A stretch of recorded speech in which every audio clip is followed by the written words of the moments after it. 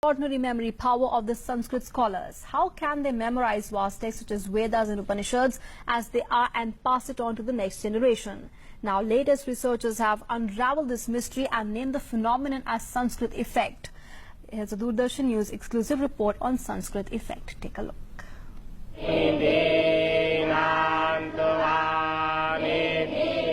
Sanskrit, which literally means perfected or refined, is one of the oldest human languages. Sanskrit is also regarded the world over for its unique way of learning, in which large texts are memorized verbatim. The four Vedas, the Upanishads, all have been preserved through this technique. While world over civilizations built large libraries to store knowledge, in India, through the tradition of Sanskrit, all the knowledge was stored in the human brain and passed from one generation to another. Since ages, this has been a mystery to the world. Now, through modern scientific research, this mystery seems to be unraveled at last.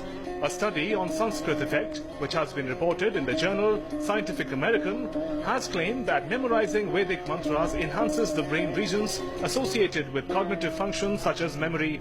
The term Sanskrit effect was coined by American neuroscientist and Sanskrit scholar James Hartzell.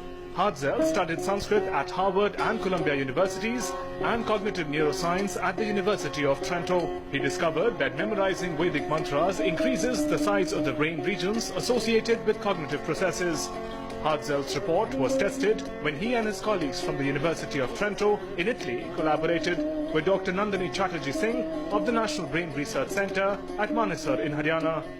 This extensive research has established that through this unique memorizing technique used in traditional Sanskrit learning, brain's capacity significantly increases. What we did was we compared professionally trained Vedic pundits, Yajurveda pundits, from the Delhi area with carefully matched controls. And we found really large differences in their gray matter and cortical thickness between the two groups. So this is what's called a cross-sectional study.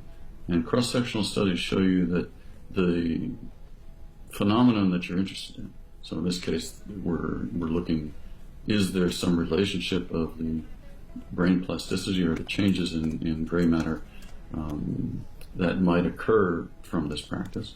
Can we see such a difference between, and the way you look for that difference is you compare the two groups. Brain के कौन से structures हैं वो बदले हैं औरों के मुकाबले, और यहाँ हम देखते हैं कि जैसे हम लोगों ने सोचा था कि हिपोकैम्पस या मेमोरी का वो हिस्सा जो है वो थोड़ा बड़ा हुआ था.